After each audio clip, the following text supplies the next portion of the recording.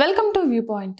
మానవ శరీరంలో మూత్రపిండాలు ఒక ప్రధాన అవయవం. రక్తాన్ని ఫిల్టర్ చేసి టాక్సిన్లను, యూరియా మూత్రం ద్వారా అదనపు ద్రవాన్ని తొలగిస్తాయి. శరీరంలో సోడియం, పొటాషియం, ఇతర ఎలక్ట్రోలైట్ల సమతుల్యతను కాపాడుకోవడంలో ఇవి కీలక పాత్రను పోషిస్తాయి.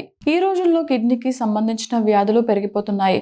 అందులో కిడ్నీ క్యాన్సర్ ఒకటి. కిడ్నీ క్యాన్సర్ ప్రారంభంలో మూత్రంలో రక్తం, అలసట, తీవ్రమైన నొప్పితో పాటు కొన్ని లక్షణాలు కనిపిస్తాయని నిపుణులు వివరించారు. లక్షణాలు తీసుకోవాల్సిన జాగ్రత్తల గురించి పూర్తి వివరాలు ఇప్పుడు తెలుసుకుందాం. కిడ్నీలు శరీరం లోపలి భాగంలో ఉంటాయి. దీంతో క్యాన్సర్ ప్రారంభ దశలో వచ్చే చిన్న గడ్డలను గుర్తించడం కష్టం. అందుకే చాలా మంది దీనిని నిర్లక్ష్యం చేస్తుంటారు.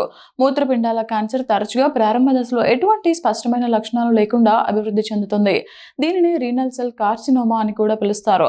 అయితే ప్రారంభ దశలో మాత్రంలో రక్తం, అలసట, బలహీనత, తీవ్రమైన నడుము నొప్పి వంటి లక్షణాలు కనిపిస్తాయి. ఏదైనా మూత్రపిండ సంబంధిత సమస్య మొదట మూత్రంలో కనిపించవచ్చు. మూత్రం రంగు సాధారణ పసుపు నుంచి గులాబీ, ఎరుపు లేదా గోధుమ రంగులోకి మారితే దానిని నిర్లక్ష్యం చేయకూడదు. ఇది అత్యంత సాధారణ లక్షణం. మూత్రం అప్పుడప్పుడు కోల రంగులో కనిపిస్తుంది.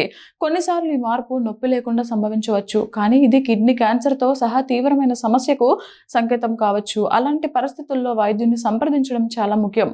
నడుము కింది భాగంలో లేదా పక్కటెముకల కింద ఒకవైపు నిరంతరం నొప్పి ఉంటుంది.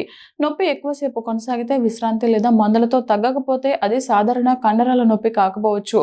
ముఖ్యంగా నొప్పి ఎటువంటి గాయం లేదా శారీరక శ్రమ లేకుండా ప్రారంభమైతే దానిని తీవ్రంగా పరిగణించాలి. నిరంతర నొప్పి కిడ్నీ సమస్యకు సంకేతం కావచ్చు.